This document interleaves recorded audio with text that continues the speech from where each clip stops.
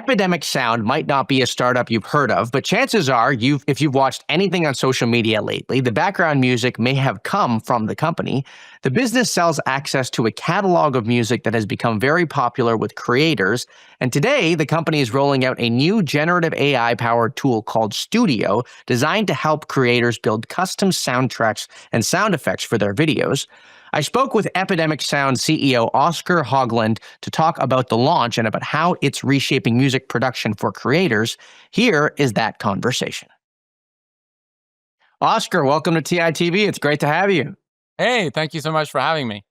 We're really excited to have you here. Tell us about what Epidemic Sound does and tell us about the new feature that you're unveiling this week. I'd love to. So for the last 15 years, Epidemic Sound has been busy trying to soundtrack the internet. And what that means is that we provide the audio, both the music, the sound effects, everything included in bringing content to life. So whether you're a YouTuber, you're a TikToker, or you're Netflix, or anything in between, including Fortune 500 companies, odds are that you use us to bring your content to life.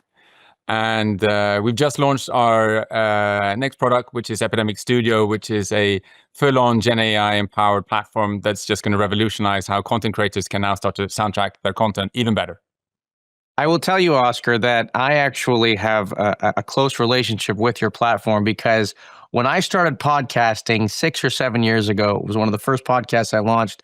I was at home in my bedroom, and Epidemic Sound was the platform that I turned to find all the background music. And gosh, there's everything. There's pensive music, there's exciting music, there's sad music if you ever want. So I know the platform very well, and I know the music. We cover it all, and we're ever so grateful for your business. Well, you're a company, I can say that. We have... It's not just Fortune 500 folks, it's podcasters in their bedrooms too. Let's talk about this moment for music. Before we talk about where all this is going, do you have AI-generated music on your platform right now?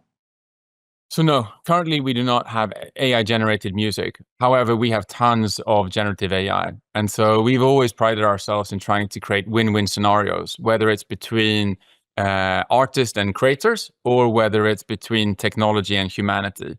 And so we've now come up with a number of different ways to utilize the power of AI to significantly increase the value for both artists and creators, but without trying to replace human creativity. On the contrary, like anything, we're enhancing human creativity.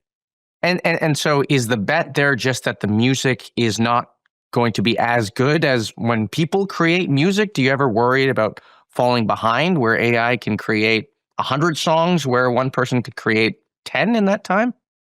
So the bet is actually more profound than that, because we believe that the bet here is if you can find win-win scenarios such that you're ultimately benefiting both artists and content creators and viewers alike while utilizing all the superpowers that AI produce without replacing the human component, we think that's going to be a much more vibrant, much more viable way of the future.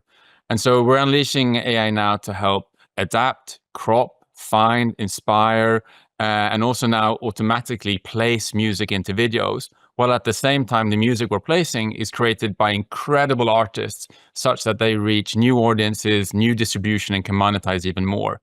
You referenced that you were a customer, and thankfully you're not alone. Like 70% of the largest YouTubers in the world use our product to soundtrack their content.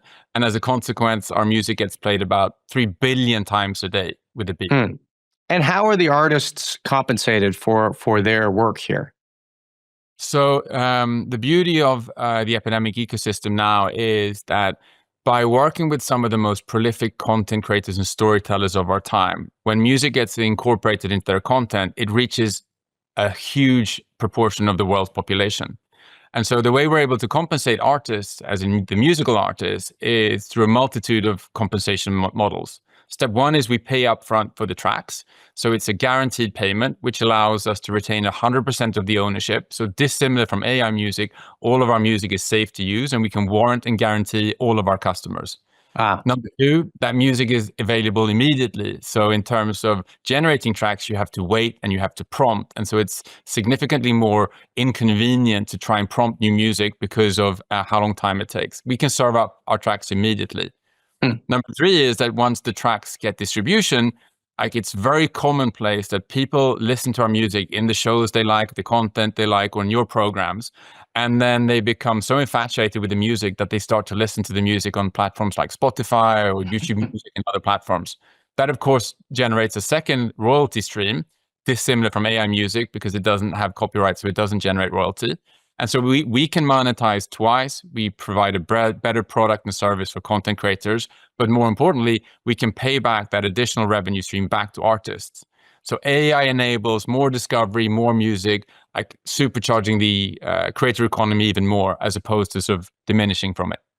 We had Cristobal Valenzuela on the show. He, of course, is the CEO of Runway, and he actually wrote an op-ed for our publication talking about why artists should be able to copyright their work if they use AI tools to be part of the creation process. And the argument he was making was that technology has developed many times over the course of decades, and whether or not you're using a different type of camera or you're using a different type of model to generate the art, at the end of the day, it's still the artist that is controlling that process.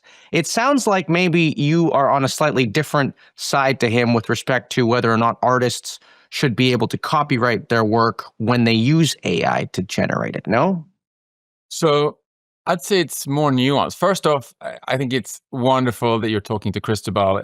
He and I had the same office in New York a couple of years ago where we sat on the floors next to each other. So I know that team intimately well. And I think at the core of what he's proposing, and I don't dare to, just based on what you're saying, is that I think we both hold the opinion that AI is this incredible tool.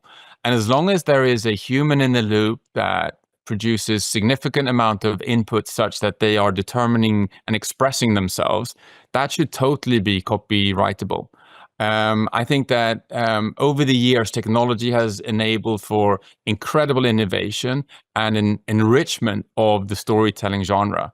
If you think about a lot of music today is heavily dependent on sampling, which is using other people's music, but you put it into a completely different context and you make something unique.